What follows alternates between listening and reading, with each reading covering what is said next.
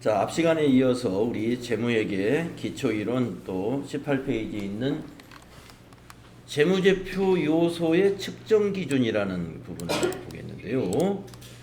우리가 쓰고 있는 측정 기준에 여러 가지 그 용어들이 있는데 취득원가. 우리가 취득원가를 다른 말로 역사적인 원가라고 합니다. 역사적 원가. 그래서 취득원가로 장부에 기재한다 하는 것은 역사적 원가로 기록한다는 말과 같은 말입니다. 신뢰성이 가장 뛰어나죠.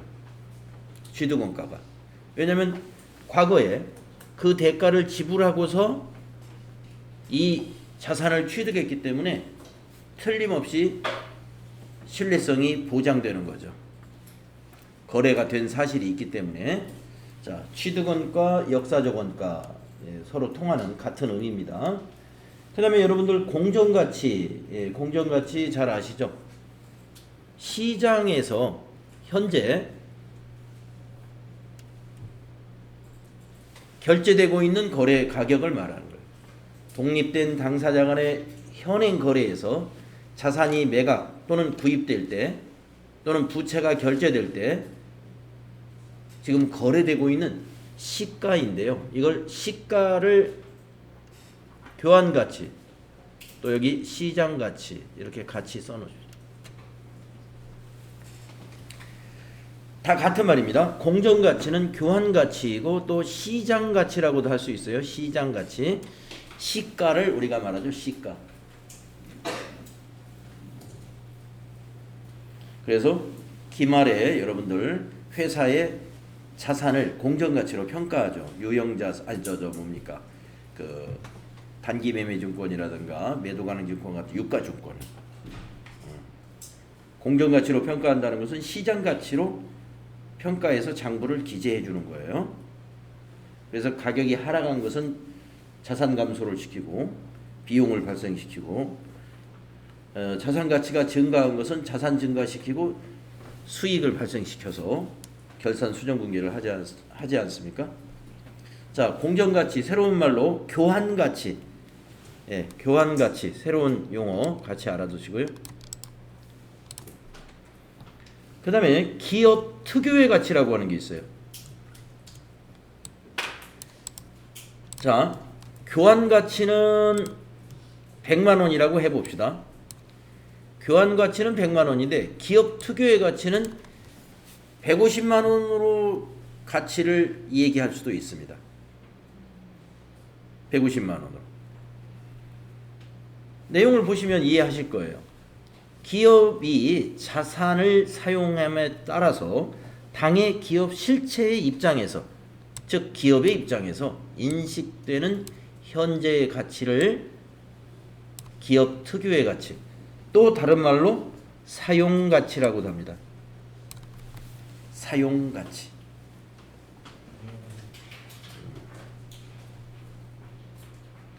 기업 특유의 가치, 사용가치는 같은 의미예요. 우리가 이제 자산을 평가할 때 공정가치하고 기업 특유의 가치 이걸 비교해 가지고 큰 것을 적용해 가지고 이제 나중에 여러분들 이제 곧 TAT 2급에서는 자산의 손상차손이라는 인식을 손상차손에 대해서 우리가 손상차손이 얼마냐 이런 계산을 하게 되는데요. 이 손상차손을 계산할 때 공정가치하고 기업 특유의 가치 이 중에서 큰 것을 적용한다는 기준이 있어요. 큰 값을 장부금액하고 일치시켜 가지고 손상차손을 인식합니다. 그래서 측정 기준에 관한 용어를 여러분 알아두시는 거예요. 사용가치는 기업 특유의 가치인 것이다. 공정가치하고 차이가 날 수가 있어요. 공정가치하고 차이가 날 수 있습니다. 대개 그래요. 공정가치보다 기업 특유의 가치가 좀 높은 편이에요. 왜냐하면은 그 기업 특유의 가치가 공정가치보다 낮으면 기업이 그거 가지고 있을 이유가 없죠. 빨리 팔아버려야죠. 우리 회사에서 보기에는 한 70만 원 가치밖에 없어. 그런데 시장에서 평가되고 있는 교환 가치가 지금 거래되고 있는 가치가 100만 원이네요. 우리가 기업이 만족하려면 100만 원을 실현시키는 게 훨씬 낫죠. 그러니까 빨리 처분을 할 것이고.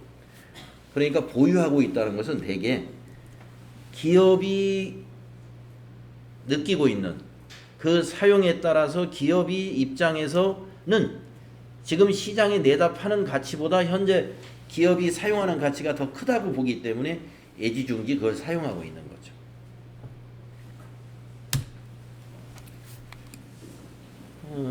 뭐 우리 개인들도 그런 것들이 많이 있죠. 네. 여러분이 만약에 매일매일 타고 다니는 승용차가 있는데 중고시장에 물어봤더니 이 승용차가 100만 원밖에 안 하네. 아이고 나는 이거 지금 1000만 원짜리 차가 부럽지 않아. 나 이거 타고 다니는데. 예, 나는 이거 1000만 원에도 팔 생각이 없어요. 그게 바로 사용 가치인 겁니다.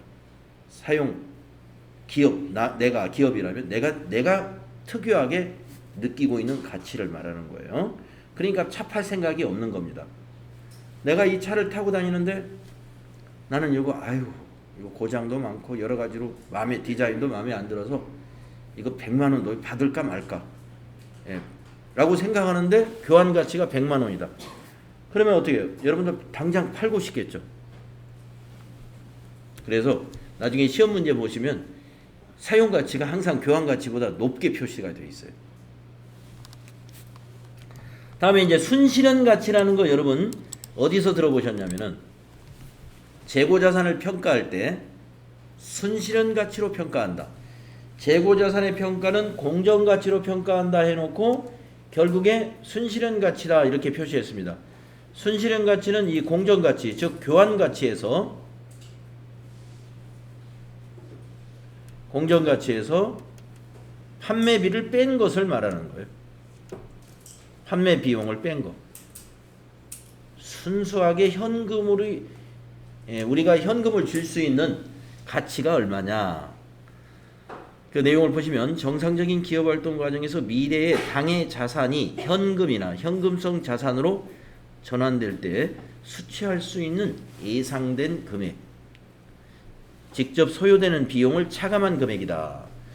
자, 현금으로 수취할 수 있는 예상된 금액, 다시 말해서 소요 비용을 차감한 금액이다. 이걸 더 간단하게 공식으로 표현하면 공정가치 빼기 판매비다. 이거예요. 판매비. 이걸 가리켜서 순실현 가치 이렇게 말합니다. 그래서 여러분이 재고자산은 저가법으로 평가한다고 배우셨잖아요.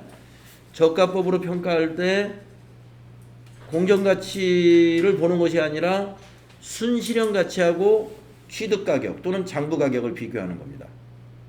그래서 순실현 가치가 낮으면 낮은 가격으로 재고자산을 표시하는 것이 기업회계 기준이에요. 저가법, 낮은 가격으로 표시하라. 그래서 장부금액하고 순실현 가치를 비교하는 겁니다. 자, 이러한 용어들에 대해서 정확하게 여러분이 이해를 하고 계셔야 되고요. 자, 재무제표 제2절에서 재무제표의 종류 여러분들 이미 다 암기되어 있는 내용이죠. 재무상태표, 손익계산서, 현금흐름표, 자본변동표, 주석이 있습니다. 재무상태표는 이런 것이다 하는 거 당연히 알아야죠. 일정 시점에 기업의 재무상태를 보여주는 것이고, 손익계산서는 일정 기간의 경영성과를 보여주는 것이고, 현금흐름표는 일정 기간의 현금의 유입과 유출을 보여주는 것이고, 자본변동표는 자본의 변동을 보여주는데 이것도 기간입니다. 일정 기간의 자본의 변동. 그 기간 내에 어떤 변동이 일어났느냐를 보여주는 게 자본변동표입니다.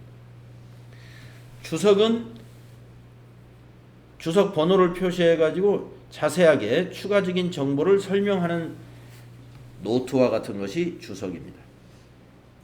재무제표의 종류 5가지죠. 꼭 알아두셔야 되고요. 이거 외에는 재무제표가 아닙니다. 여기에 있는 외에는. 그러면 이제 여기 밑에 설명한 게 상법에서 이러이러한 내용이다 하는 건데, 이익잉여금 처분계산서라는 것을 우리가 만들어 본 적이 있죠. 여기에 보면은 결산 재무제표 안에 이익잉여금 처분계산서도 있고 제조원가도 있고 합계잔액시산표도 있고 뭐 영수증 수취명세서도 있고 예, 뭐 결산 부속명세서 뭐 이런 것이 있는데 이런 것은 재무제표가 아닙니다. 예. 그런데 이익잉여금 처분계산서는요, 잉여금을 어떻게 처분했다라는 게 기록이 되어 있기 때문에 이것은 의사결정자들이 굉장히 보고 싶어 합니다. 그래서 이 이익잉여금 처분계산서는 주석에다가 포함을 시켜서 표시해주고 있어요. 주석에 들어있다. 하지만 이익잉여금 처분계산서 자체를 재무제표라고는 하지 않는다. 왜냐? 주석에 들어있는 거니까. 그래서 주석이다 이렇게 알아두죠. 예, 이익잉여금 처분계산서는 주석으로 공시하고 있다. 이거 기억하죠. 자, 재무제표 작성과 표시의 일반 원칙. 예, 계속기업의 여부를 판단해야 된다. 계속기업. 재무제표의 작성과 책임은 누구에게 있어요? 경영진에게 있다. 보기에서 가끔 재무제표의 작성과 책임은 회계 팀장에게 있다. 뭐 이렇게 그럴듯한 보기가 있을 수 있습니다. 예, 팀장이나 실무자는 책임까지는 지지 않습니다. 외부에 공표하는 거에 대해서는 내부적으로 뭐 실무를 잘했냐, 뭐 이게 틀리게 했냐, 맞게 했냐는 책임이 있겠지만은 재무제표 작성 책임이라는 것은 외부에 공표된 결과에 대한 책임을 말하는 거예요. 그거는 전적으로 경영진에게 있는 거예요. 네. 그리고 공정한 표시를 해야 된다라고 하는 것은 책임이 경영진에게 있기 때문에 결제를 경영자에게 회계에 관한 것을 처리할 때 모든 결제를 경영자가 결제를 하게 되겠지만 결제자 눈치를 보면서 표시하는 건 아니다 이거죠. 예, 기업회계 기준에 따라서 공정하게 표시해야 된다. 일반 기업회계 기준에 따라. 네, 현실에서 그게 잘 안 되죠. 예, 경영진이 자기 인사고과하고 있고 내년에 승진 대상인지 아닌지 경영진이 그거 그 인사권이 있는 거기 때문에 예, 사람이 또 공정하게만 항상 일을 하나요? 예, 유혹에 빠질 수도 있고 가끔 이렇게 예, 사람이 허튼 짓을 할 수도 있어요. 자, 공정하게 표시한다. 또 자산과 부채, 수익과 비용도 마찬가지죠. 총액으로 표시하는 게 원칙이다. 예, 서로 차감 처리하지 않습니다. 일부를 빼놓고는 그래. 일부라는 것은 우리 여기는 이제 자본이 없습니다만 자산과 부채는 뭐 차감 처리하는 게 거의 없습니다. 다 총액으로 표시하는데 여러분 그 자본에서 서로 차감 표시하는 것들이 자본잉여금과 자본조정 간에 한 서너 개가 있었죠. 감자차익, 감자차손, 자기주식 처분이익, 자기주식 처분 손실, 주식발행 초과금과 주식할인발행 차금, 자본잉여금과 자본조정 간에는 서로 상계해서 처리해야 돼요. 이거는 각각 표시하면 안 돼요. 그런 것들. 그 다음에 또 재무제표의 항목의 구분과 통합 표시 가능하죠.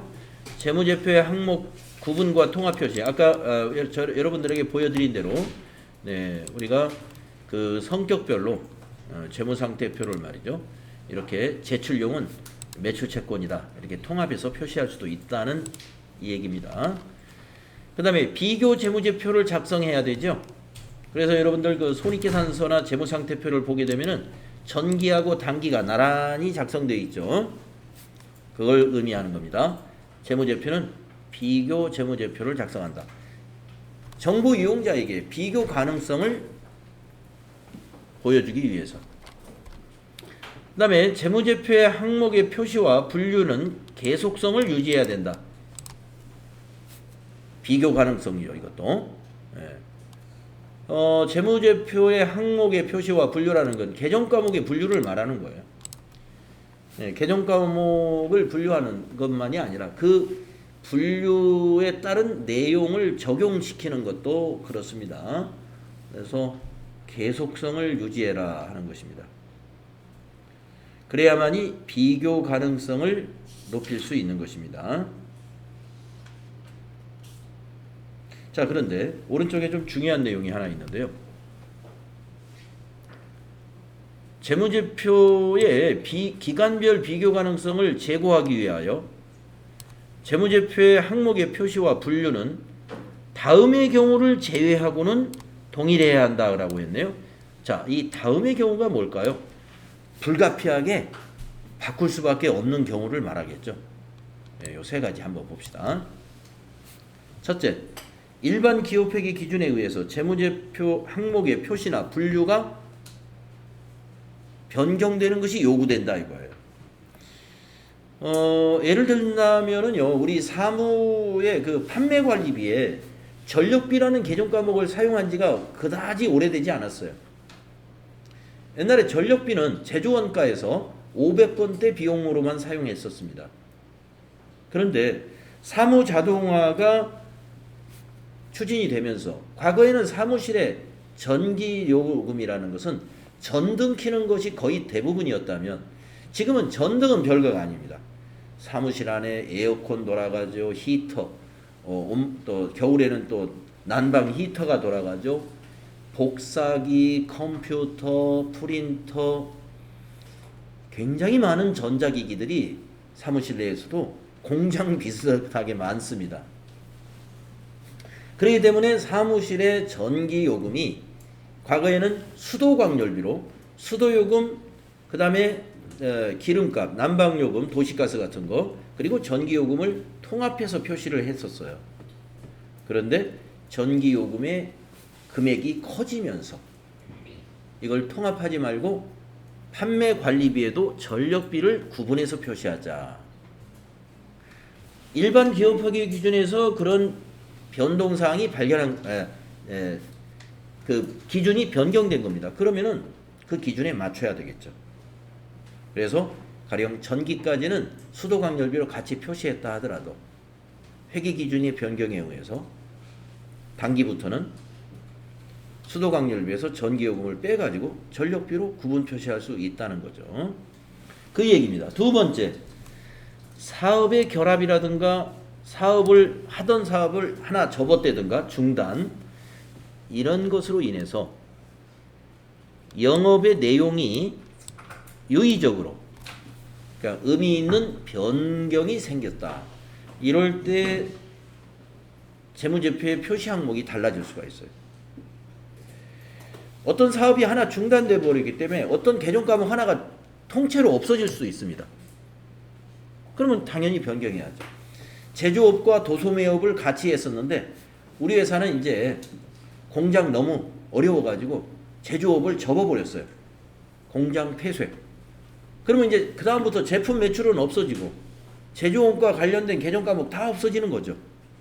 근데 전기 거는 그게 있어요. 이런 것들은 사업의 중단으로 인해서 불가피하게 변경되는 수밖에 없는 것이죠. 그 다음에 세 번째, 재무제표 항목의 표시와 분류를 변경함으로써 기업의 재무정보를 더욱 적절하게 전달할 수 있다고 판단된다. 이게 좀 애매한 부분이 세 번째 있는 건데, 이거는 덧붙여 말하면 이런 겁니다. 자의적으로 이렇게 판단할 수는 없어요. 우리 회사가 전기까지 이렇게 표시했는데 올해 이렇게 표시하는 것이 더욱 적절하다라는 그 판단은, 자의적인 판단은 인정이 안 됩니다. 그러려면 객관적이어야 되는데 그 객관적인 것을 설명할 수 있어야 돼요. 그건 뭐냐? 동종 기업들도 이렇게 하고 있다. 동종 기업들이 이렇게 한다. 그래서 우리도 이렇게 바꾼다. 이러한 비교가 되어야 됩니다. 그냥 자의적으로 동종 기업은 그 방법을 전혀 안 쓰는데 우리가 이거 이렇게 전달하는 것이 더 유용한 전달이다. 이렇게 판단하는 것은 인정받기 좀 쉽지 않아요. 그래서 국가적으로도 우리가 어떤 정책, 새로운 정책을 도입한다든가 중요한 정책을 바꿀 때 보면은 세계적으로 그 선진국들 모임인 뭐 OECD 국가의 현재 상황은 어떠냐 이런 것들을 참고해서 그 선진국들의 상황하고 비교하잖아요. 그러니까 우리가 그 선진국보다 더 좋은 제도를 운영할 수도 있지만 그걸 그렇게 가면은 그게 증명하기가 아주 어렵단 말이에요. 반대하는 사람들에 대해서. 그러니까 회계도 마찬가지죠. 다른 동종 기업이 다 그렇게 하고 있으면 쉽게 설득이 되죠. 우리도 그렇게 한다. 그런데 동종 기업하고 전혀 다른 어떤 변경을 하게 되면 요 3번 같은 거는 좀 인정받기 힘들다. 이렇게 보시면 되겠습니다. 그래서 이렇게 되는 경우를 제외하고는 어때요? 분류를 함부로 바꿔서는 안 된다. 계속성을 유지해야 된다.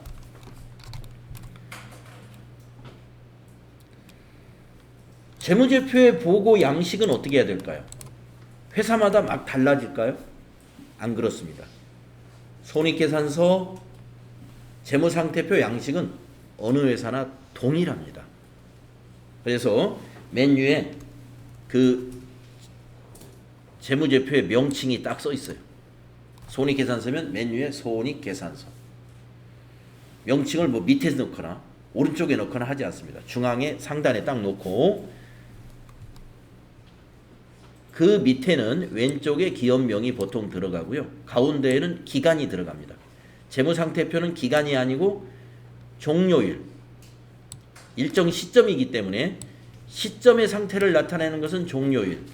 손익계산서와 같이 기간 비용이나 수익을 나타내는 것은 몇 년 몇 월 며칠부터 몇 년 몇 월 며칠이라는 기간을 표시하죠. 그리고 그 옆에 오른쪽에 보통 단위가 표시됩니다. 한국 통화는 원으로 표시하죠. 원 이렇게. 만약에 기업 규모가 굉장히 커가지고 원으로 표시하면 자릿수가 엄청 길어가지고 오히려 판독하기 더 어려울 수가 있어요. 동그라미가 뭐 9개도 아니고 뭐 한 16개 막 이렇게 되면 아유 이거 숫자를 어떻게 읽어야 돼? 예, 그럴 때는 표시를요 꼭 원 단위로 안 해도 됩니다. 1,000원 또는 100만 원 또는 만원 이렇게 그게 단위죠. 단위. 그래서 재무제표 양식은 일정한 틀을 가지고 있고 그것이 가장 쉽게 판단할 수 있고 간단하게 볼 수 있도록 구조를 가지고 있습니다. 자, 그래서 재무상태표 이거 재무상태표 분류를 정확히 알아야 돼요. 유동자산 그 다음에 비유동자산 늘 아까 시간에도 말씀드린 거 유동부채 부채는 유동부채와 비유동부채 예. 그 다음에 자본은 5가지로 분류해서 알아야 돼요. 자본금, 자본이익금, 자본조정, 기타 포괄, 손익누기, 이익잉여. 회계 처음에 공부할 때는 어느 정도 암기를 좀 해야 됩니다. 예. 이해를 다 하고 암기하려면 너무 늦어요. 그래서 암기하면서 이해. 그래서 이제 자본의 분류에 여기 보면 개정 과목 이름들이 들어있잖아요. 자본잉여금에 있는 거 예를 들면 해가지고 이거 한 3개 서너 개는 꼭 암기해 두시라고 제가 그랬죠. 자본 조정에서도 예를 들면 자기주식, 주식안행 발행차금, 주식선택권, 출자 전환 채무, 감자차손, 자기주식 처분 손실. 얘가 너무 많긴 한데 여기에서 여러분이 그동안 FAT 1급 공부하면서 한 번이라도 들어봤던 개정 과목들 FAT 1급 하면서 한 번도 안 들어본 것은 TAT 2급에서도 그렇게 중요한 건 아닐 수 있어요. 예. 그러나 새로 나온 것도 있긴 하지만 예, 여러분이 한 번이라도 수업 시간에 들어본 감이 있는 개정 과목은 꼭 알고 계셔야 됩니다. 기타 포괄 손익 누계액에서는 2개는 꼭 알아야 돼요. 매도 가능 증권 평가 손익 재평가 잉여금 예, 이 2개는 출제법에 들어있으니까 꼭 알아두시고요. 네, 이익잉여금에 있는 것들, 미처분 이익잉여금이 바로 씨앗이 되는 거죠. 미처분 이익잉여금을 가지고 여러 가지로 이익준비금도 이익준비금도 만들고 법정 적립금 같은 거, 그다음에 임의 적립금도 만들고 하는 것입니다. 자, 손익계산서 작성 기준. 손익계산서는 기간 배분을 원칙으로 하죠. 그래서 발생한 기간 단위로 수익과 비용을 측정합니다. 현금을 받았느냐, 현금을 지급했느냐 기준이 아니라 그 수익이, 그 비용이 이번 회계기간에 발생한 것이냐, 발생주의에 따라서 손익계산서에 반영한다는 거죠. 현금주의로 회계 처리했던 것을 기말 수정분계 때 발생주의에 따라서 손익계산서에 반영되도록 다 수정해 주잖아요. 선급비용, 선수수익 이렇게. 그리고 수익과 비용은 서로 대응되어야 된다. 단기에 발생한 수익과 단기에 발생한 비용을 대응시킨다는 수익비용 대응 표시 원칙. 그리고 손익계산서에도 보면은요, 총 수입 얼마, 총 비용 얼마, 이렇게 수익과 비용을 하나로 표시하지 않죠. 구분해서 표시합니다. 어떻게요? 수익은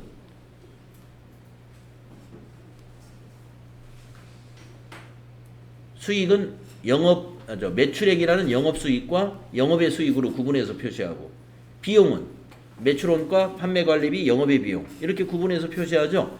그래가지고 우리가 산출을 할 때도 위에서부터 매출액에서 매출원가 뺀 것을 매출총이익, 매출총이익에서 판매관리비 뺀 것을 영업이익, 영업이익에다 영업의 수익 더하고 영업의 비용 뺀 것을 법인세 차감전 이익, 법인세 차감전 이익에서 법인세를 뺀 것을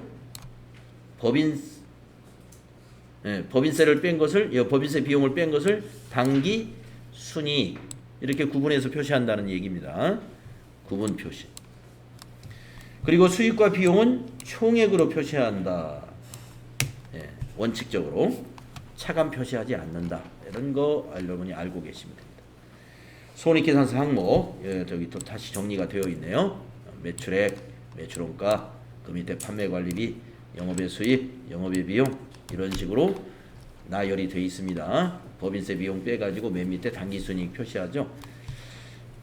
자, 몇 번씩 말씀드립니다만은 여기 재무상태표의 요 조회를 통해서 요 구조를 알아야 되겠지만, 손익계산서 구조, 요거 지금 책에 정리된 게 이것을 지금 요약 정리한 거예요. 이거 여러분이 보고서 바로바로 인식할 수 있도록 표를 잘 스캔해 놓으셔야 됩니다.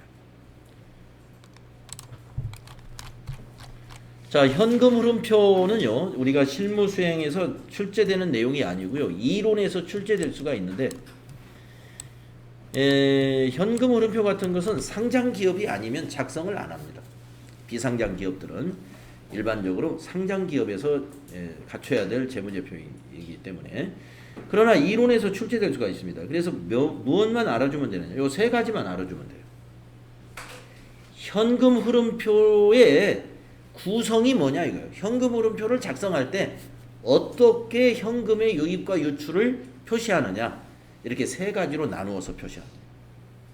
영업활동의 현금 흐름, 투자활동의 현금 흐름, 재무활동 현금 흐름으로 나누어서 표시한다.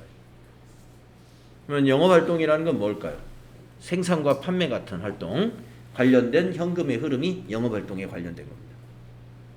그 다음에 투자활동의 현금 흐름이라는 건 뭘까요? 유형자산이나 무형자산의 취득 같은 거, 이런 것을 또 투자자산, 투자자산이나 유무형자산의 취득과 관련된 것은 다 투자로 보는 거예요.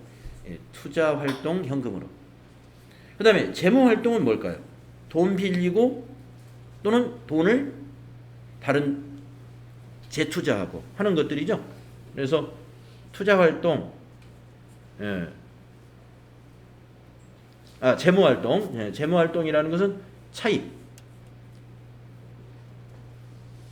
그리고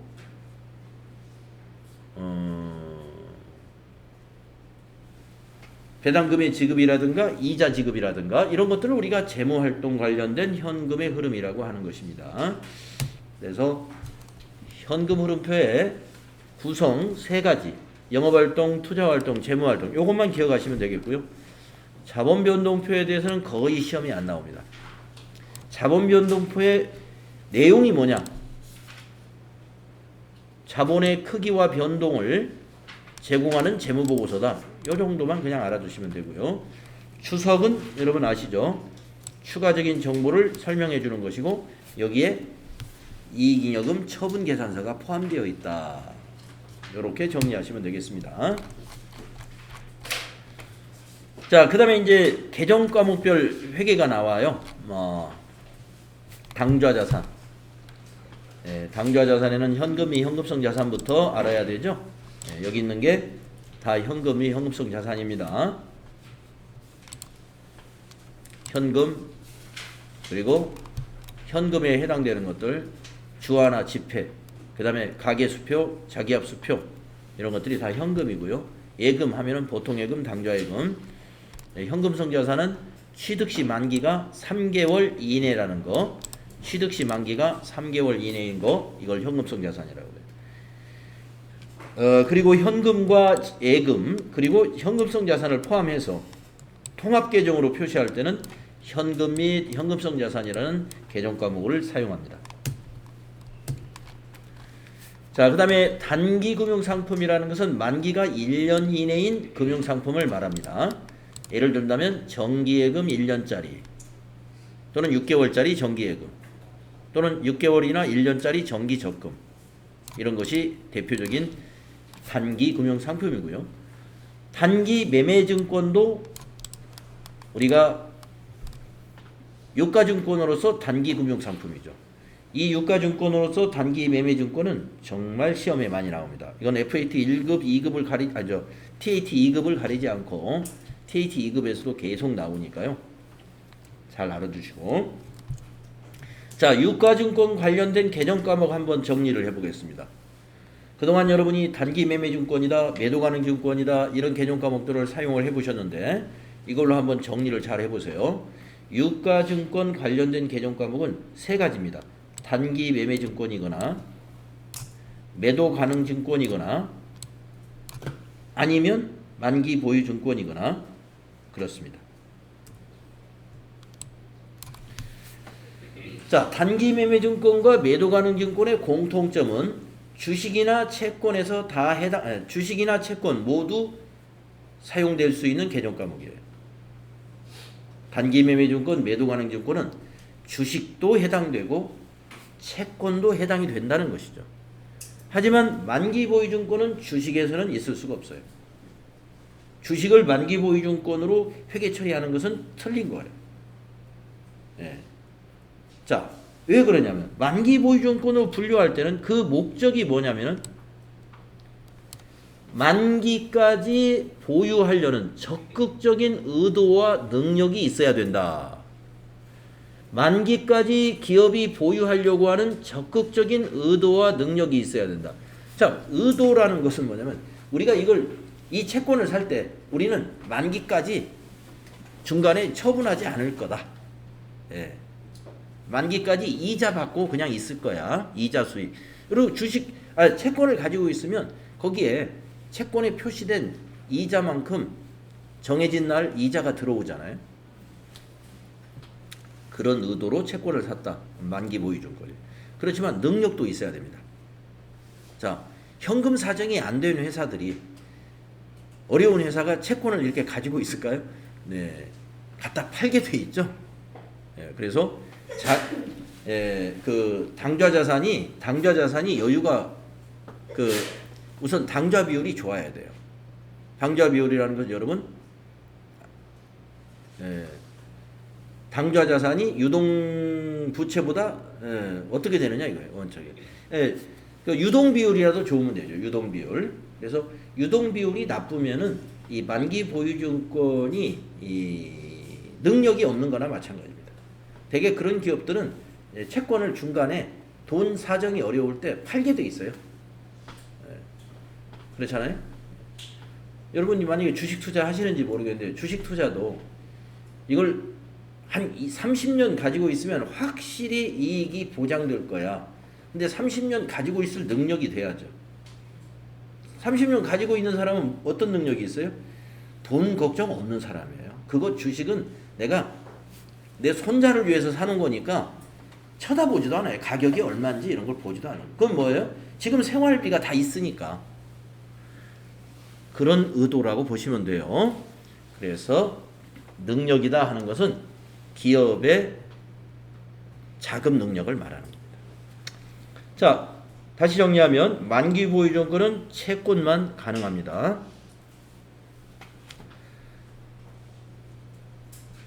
네. 그런데 분류할 때는요. 여기 보면은 매도 가능 증권을 맨 마지막에 분류한다고 보시면 돼요. 왜냐면은 매도 가능 증권의 목적을 보면요. 1, 2의 목적이 아닌 경우 1, 2의 목적이 아닌 경우는 다 뭐예요? 매도 가능 증권으로 분류하면 된다. 자, 1 목적이 뭐냐면 단기 내에 매매 차익을 얻으려고 샀다. 그러면 단기 매매 증권으로 개정 과목을 처리합니다. 2 목적이 뭐냐면 만기까지 보유할 것이다. 그러면 만기 보유 증권이에요. 그것이 아닌 것은 다 매도 가능 증권입니다. 그래서 우리가 일반적으로 매도 가능 증권은 장기간의 투자를 목적으로 취득한 유가증권을 말하는 건데 분류할 때는 1, 2 목적이 아닌 것은 매도 가능 증권으로 분류한다. 이렇게 말할 수 있겠네요. 그 다음에 밑에 주의사항 중에 굉장히 중요한 게 있죠. 여러분들 수업 시간에도 우리가 문제 풀면서 이걸 제가 강조해서 말씀드린 것 같은데 단기 매매증권 취득 시에 이 수수료 이것은 수수료 비용이라는 영업의 비용 즉 단기 비용으로 처리한다는 사실이에요. 이게 아주 특이합니다. 그런데 매도 가능 증권이나 만기 보유 증권을 보면은 같은 유가 증권이지만 매도 가능 증권이나 만기 보유 증권으로 개정 과목을 분류했다면 그 수수료를 비용 처리하면 안 돼요. 취득 원가에 포함시켜라. 왜 기업회계 기준에서 이랬을까 생각을 해보면요. 자, 단기 매매 증권은 1년 내에 어떻게 해요? 처분할 거잖아요. 처분하면서 수익이나 비용이 발생합니다. 처분 이익이 나오든 처분 손실이 나오든. 그렇기 때문에 굳이 요 수수료를 자산으로 잡았다가 나중에 처분 이익이나 처분 손실에 반영을 시킨다? 그러지 않아도 기간 내에 다 들어와요. 그게 그건 거예요. 손익에 영향이 없어요. 저렇게 하더라도. 그런데 매도 가능 증권, 만기 보유 증권은 장기 투자 목적이죠. 장기 투자 목적으로 산 자산을 거기 매입하면서 들어간 비용을 단기 비용 처리한다? 맞지 않는 거예요. 우리가 감가상각자산, 감가상각자산을 취득한 것을 모든 취득원가를 다 취득 시 들어가는 비용을 모두 취득원가에 포함해가지고 나누어서 감가상각한다는 그 기준처럼 장기 보유 목적의 유가증권은 취득 시 들어간 비용은 취득원가에 포함을 시켜가지고 나중에 처분하는 시기에 그 회계연도의 수익과 비용으로 인식될 수 있도록 하는 거죠. 그런 의도가 있다고 이해하시면 되겠습니다. 그래서 단기 매매증권이 좀 유별난 거예요. 취득 시 수수료를 단기에 비용 처리한다는 거. 아, 여기 또 세부적으로 나와요. 단기 매매증권의 회계 처리. 지금 쭉 설명드린 거 여기 다 나와 있는 거. 네. 뭐 이걸 지금 짚어드리면 지금 짜증 나죠. 이거 꼭 알아야 되는 거예요, 이거. 꼭 알아야 되는 거고. 그다음에 이제 매출 채권 나오죠. 외상 매출금 받으름. 매출 채권에서 여러분들 대손 충당금 설정하는 방법. 다 알고 있잖아요. 첫째는 잔액비례법. 시험에서 잔액비례법을 주로 출제를 하는데 이 잔액비례법이라는 게 뭐냐면 외상매출금 잔액을 확인해서 1%를 설정한다. 이렇게 문제를 내고 있단 말이에요. 또는 받으러움의 잔액을 확인해 가지고 1%를 대손으로 예상한다. 이런 식으로 문제 내는 게 잔액비례법이에요. 그러니까 그냥 그 채권 잔액 전체에다가 대손율을 곱해서 대손 충당금을 설정하는 방식이죠. 그런데 연령 분석법도 있습니다. 연령 분석법을 문제를 보면은요. 채권을 연령별로 나눠 놨어요. 1개월 채권, 3개월 채권, 6개월 채권, 12개월 채권 이렇게 연령이 높을수록 대손율을 높게 잡아요. 조금 더 섬세하게 대손을 추정하는 방식이라고 볼 수가 있습니다. 그래서 여기서 발생 기간은 개월수를 가지고 연령을 매기는 거예요. 그래서 매출채권의 발생 기간에 따라 대손율을 다르게 적용해서 곱해가지고 계산을 하면 됩니다. 예, 오래된 매출채권일수록 대손율이 높다. 그래서 연령분석법하고 이 잔액비례법은요. 연령분석법으로 대손 충당금 예상액을 계산하는 대손 예상액을 계산하는 게 조금 더 시간이 걸리죠. 여러 번 곱해가지고 합계를 내야 되니까.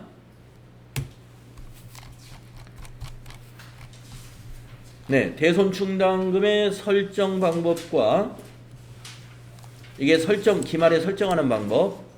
이거는 대손이 발생했을 때 대손 충당금에서 상계하는 방법. 그 다음에 대손금이 회수되면 대손 충당금으로 다시 설정한다는 회계 처리. 네, 기말에 대손 충당금 추가 설정하는 회계 처리. 그 밑에는 대손이 발생했을 때 회계 처리. 그 밑에는 대손 처리했는데 돈이 회수되었을 때 회계 처리. 이게 같은 기간에 일어나는 것이 아니고 만약에 기말이다 그러면 2021년 결산 때 이렇게 회계 처리한다는 얘기고 대손이 발생했다는 건 결산이 지났으니까 적어도 2022년 어느 날이라든가 아니면 2023년 어느 날이 되는 거죠. 그 다음에 대손금이 회수되었다는 말은 대손 처리해버렸는데 다시 돈이 들어왔다는 거예요. 그러면 적어도 한 1년 이상은 됐겠죠. 2023년도 어느 날.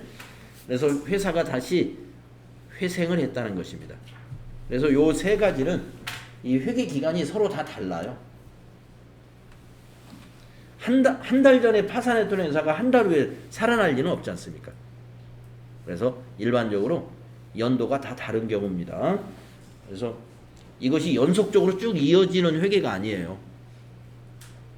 2021년, 2022년, 2023년 이런 식으로 여러분이 회계연도를 1년 이상의 간격이 있다고 생각하시고 저 분계를 이해하셔야 되는 거죠.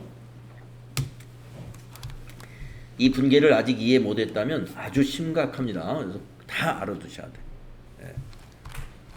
그다음 이제 재고자산으로 넘어가서 재고자산의 개정 과목들 우리 TAT 2급에서는 상품보다는 이제 제품을 다룰 거예요. 왜 그러냐면은 실무 시험에 나오는 회사가 제조업으로 나올 거예요. 제조업. 그래서 이제 제품.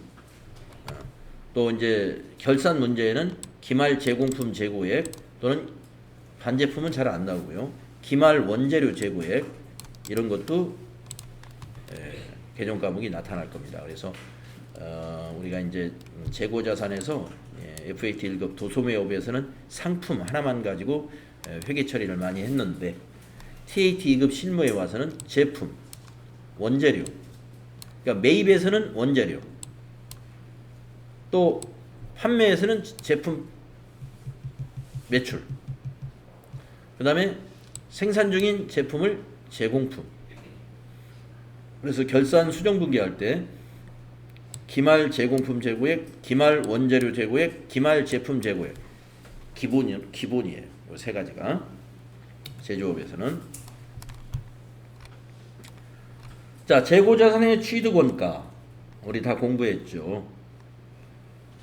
재고자산 취득원가는 재고자산의 금액 외에 모든 구입 부대 비용을 취득원가에 다 포함시켜야 된다는 것이죠.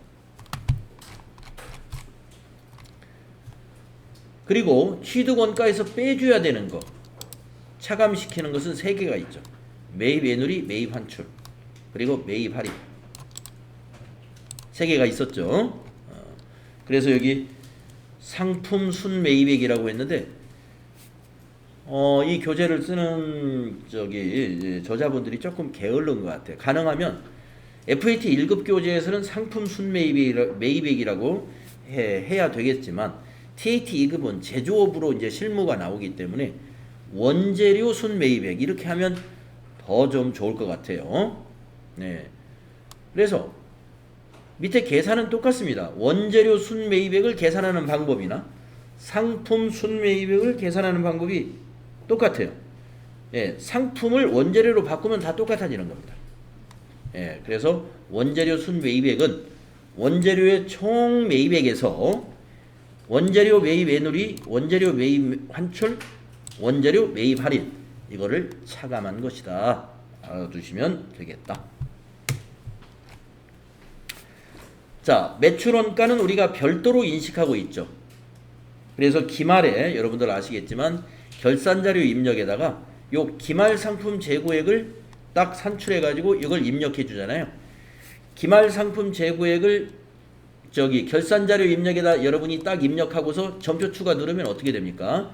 거기에 기초 상품 재고액에다가 단기 상품 매입액은 이미 결산자료 입력에 가면은 다 거기 넘어와 있어요. 넘어와 있다가 우리가 여기 기말 상품 재고액을 입력해 주면 상품 매출 원가가 자동 계산되죠? 자, 여기에서도 우리가 제조업은 상품을 안 쓰거든요. 그러니까 이거는 저 밑에다가 좀 하나 써주시기 바랍니다. 여기. 자, 어떻게 쓰냐면 이거는 상품 매매업의 매출원가를 구하는 공식이에요. 근데 우리 TAT 2급은 상품 매매업이 아니기 때문에 요 밑에다가 제가 메모장에다가 써드릴 테니까 요걸 한번 써보실래요? 제조업의 경우로 한번 만들어 보겠습니다. 메모장.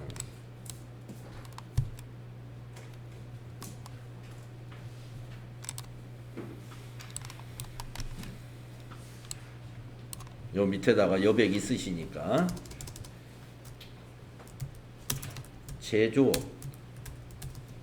제조업의 매출 원가 구하는 기본 공식 이렇게 쓸 수 있겠네요.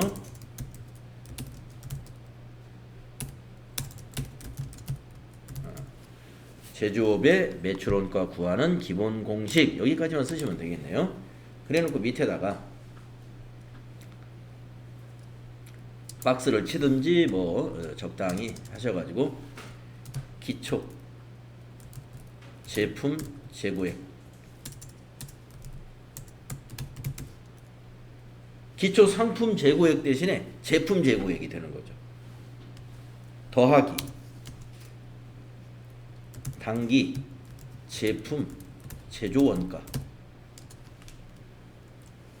상품 매매업에서는 제조하는 것이 아니라 거래처에서 사다가 팔기 때문에 단기 상품 매입액을 더해주지만 제조업은 사다 파는 게 아니라 원재료를 사다가 제품을 만들어서 팔죠. 만드는 그 비용이 단기 제품 제조원가예요. 단기에 완성한 제품의 원가를 단기 제품 제조원가라고 그럽니다. 그러니까 상품 매입액 대신에 이게 들어가요. 거기에다 빼기 기말 제품 재고액을 빼주는 겁니다. 이것을 제품 매출 원가라고 하는 거예요. 그래서 우리는 상품 매매업은 FAT 1급에서 다 상품 매매업 중심으로 정리했기 때문에 TAT 2급 이론 교재에서는 제조업의 매출원가 구하는 공식 이렇게 표시했으면 더 좋았을 것을.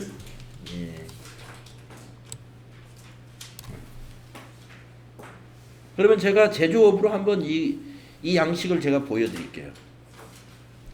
더존 프로그램에 제조업을 선택하면 어떻게 되는지. 이 회사는 지금 회사 등록 가보니까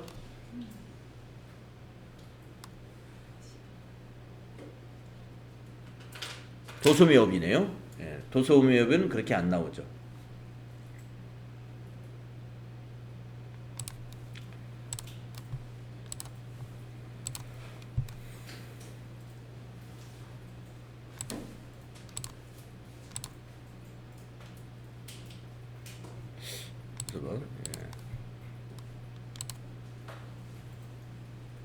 조금 홀더를 하나 좀 바꾸겠습니다.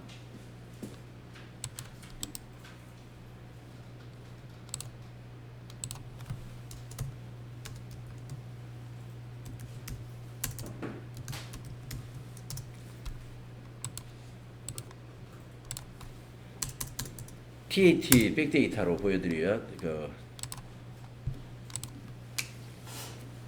그 자료가 있을 것 같아서요.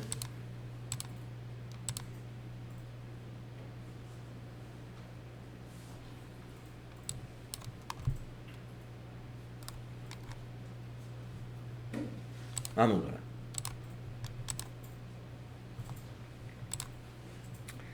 자, 이 회사는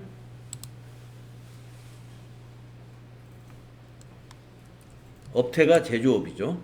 네, 제조업. 그러면 제조업의 손익계산서를 한번 보겠습니다. 지금 결산이 아직 끝나지 않았기 때문에 계산이 반영은 안 됐는데 양식은 여기서 볼 수가 있으니까요.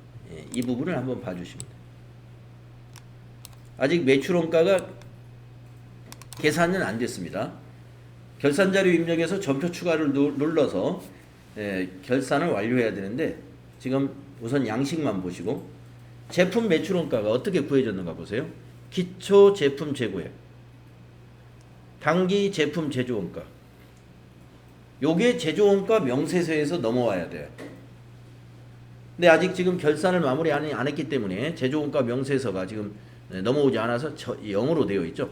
이걸 더해서 기말 제품 재고액을 빼줍니다. 그것이 제품 매출원가가 되는 겁니다. 이렇게 달라진다 이런 얘기입니다. 그래서 그 교재 밑에다가 여기 여백에다가 요거를 여러분이 적어 놓으셨어요. 이 공식도 함께 알아두세요.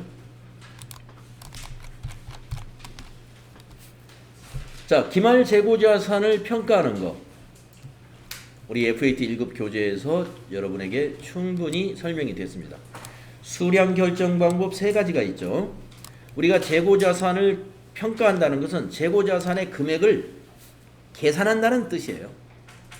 그러면 재고자산의 금액을 계산하려면 장부로 기록만 해야 되느냐, 아니면 실제 가서 조사만 해야 되느냐, 2가지 방법도 있지만 혼합법, 계속 장부로 기록해서 장부에서 재고 금액을 파악을 하고 그 다음에 이게 실제로 존재하고 있는지 기말에 적어도 한 번 정도는 회계팀에서 실지 재고 조사를 해야 됩니다.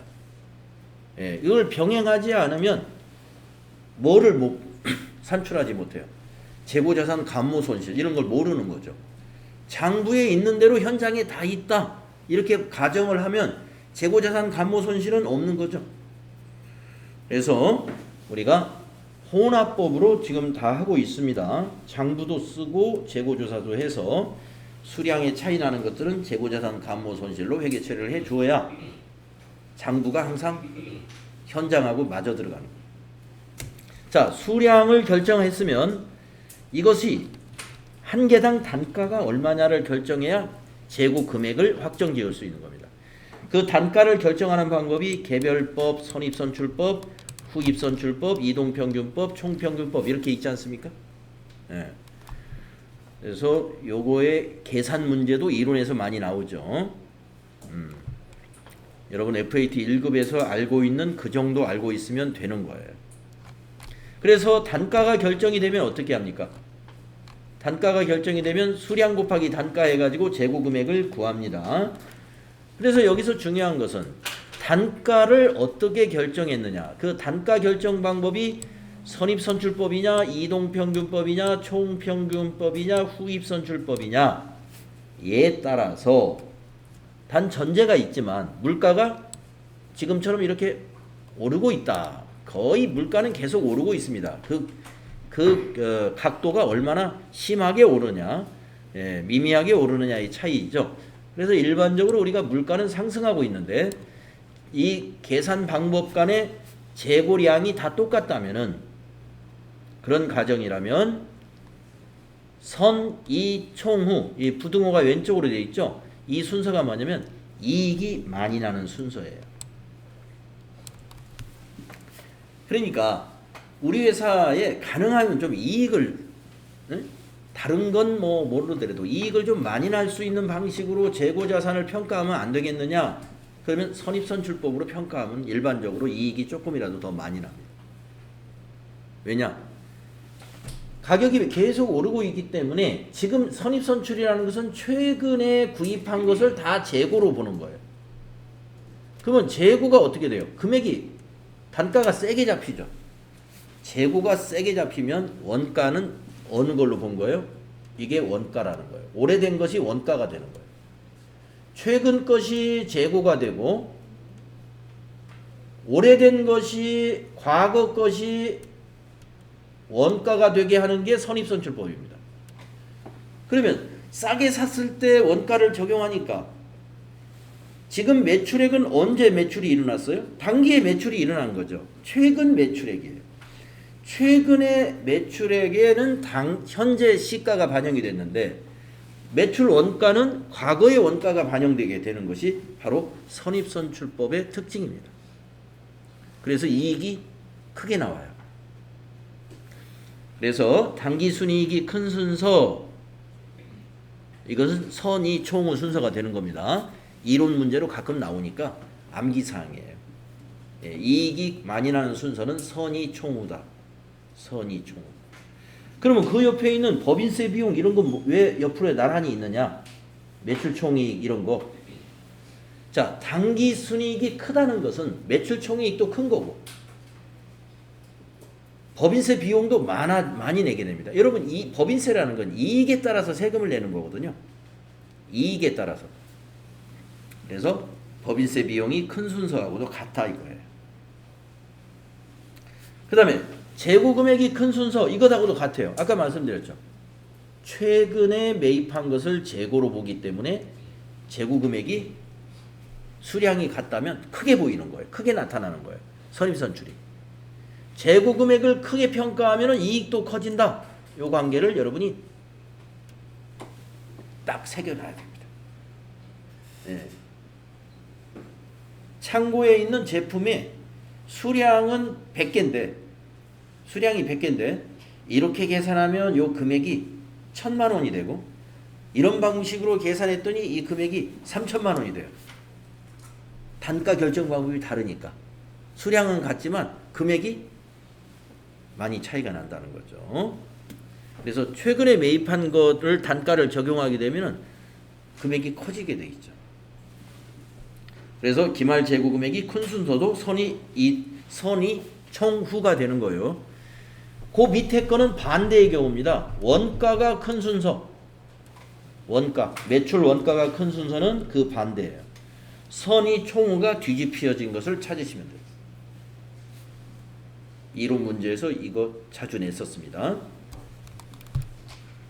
자, 이제 재고자산의 저가법에 대해서 좀 알아야 되는데요. 아까도 조금 그 앞 시간에 1교시인가요? 말씀드렸는데 재고자산을 이거 위에서의 평가, 지금까지 위에서의 평가는 단가와 수량을 결정하는 평가를 말한 거고, 자, 수량 문제와 단가 문제가 결정이 됐어요.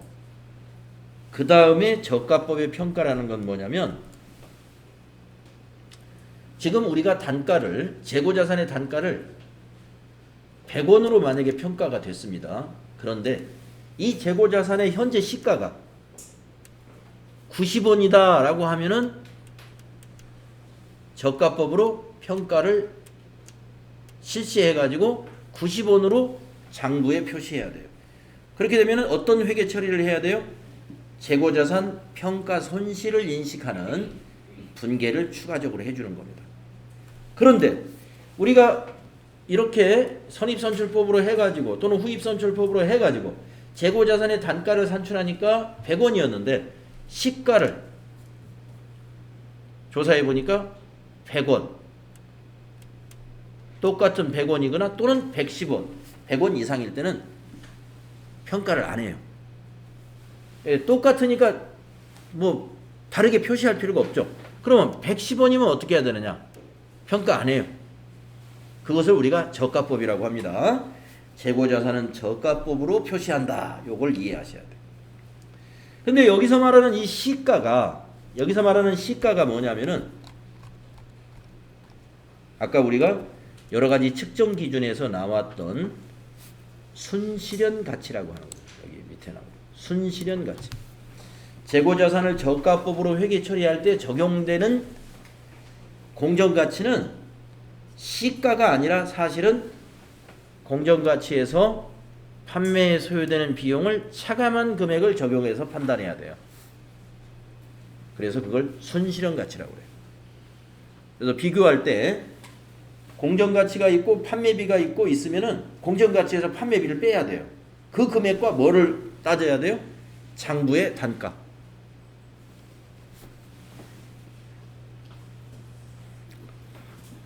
네, 그런데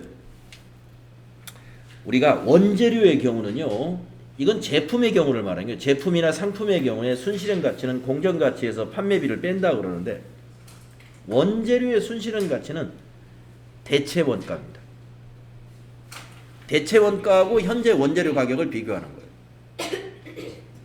자, 대체 원가가 뭐냐면 지금 원재료 A라는 원재료가 있는데 B라는 원재료를 사면 얼마냐 하는 얘기예요. 동등한 자산을 현재 시점에서 취득할 때 그 대가, 그걸 말하는 거예요. 그러면 현재 우리가 가지고 있는 원재료보다 지금 새로 원재료를 사는 게 더 싸요. 그게 말하는 현행 대체 원가예요. 그러면 지금 원재료의 재고를 지금 사면 되는 가격으로 표시해야 돼요. 저가법. 원재료는 현행 대체 원가를 적용하면 된다.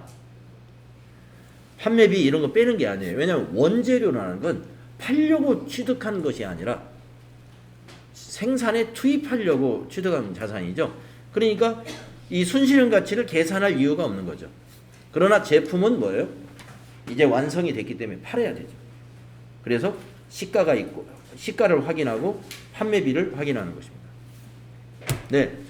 그래서 이 평가 손실을 인식하는 분계, 바로 이 분계죠. 이론에 잘 나옵니다. 아까 재고조사 할 때는 감모 손실이 회계 처리가 필요해요. 수량이 아무 차이가 없으면 회계 처리가 필요 없겠지만, 예. 그런데 평가 손실은 뭐냐? 저가법의 기준에 의해서 평가 이유가 발생하면 이 분계를 해야 됩니다. 그 차액을 계산해 가지고 차변의 비용 발생, 개정 과목은 재고자산 평가 손실, 대변의 자산 감소, 개정 과목은 직접법이 아니라 충당금을 설정해 가지고 차감 계정으로 자산을 감소시켜요. 재고자산 평가 충당금. 네. 여러분 대손 충당금 이런 거 기억나시죠? 외상외출금에서 직접 차감하지 않고 대손 충당금을 설정해 가지고 간접 차감을 해 나가거든요. 그래서 재고자산도 저가법으로 평가할 때는 재고자산 제품에서 직접 빼버리는 것이 아니고 재고자산 평가 충당금이라는 제품의 차감 계정을 만들어서 빼준다. 이것은 자산의 감소입니다. 네. 그리고 재고자산 평가 손실은 매출원가에 포함이 돼요. 매출원가에. 다음 페이지 가면은 뭐 이런 내용이 있는데, 자, 뭐 그냥 넘어가려고 하다가 여러분이 잘 모를까봐 또 이렇게 설명을 하다 보니까 예, 좀 길어지네요. 네. 그러니까 여러분이 표정이 진지하면 제가 설명을 더 많이 하려고 하고, 여러분이 들은 척 만척 하고 있으면 아, 뭐 다 아는가 보다 하고 빨리 넘어가니까요. 예. 자, 오늘은 여기까지 하고 내일 여기서부터 30페이지부터 설명해 드리겠습니다.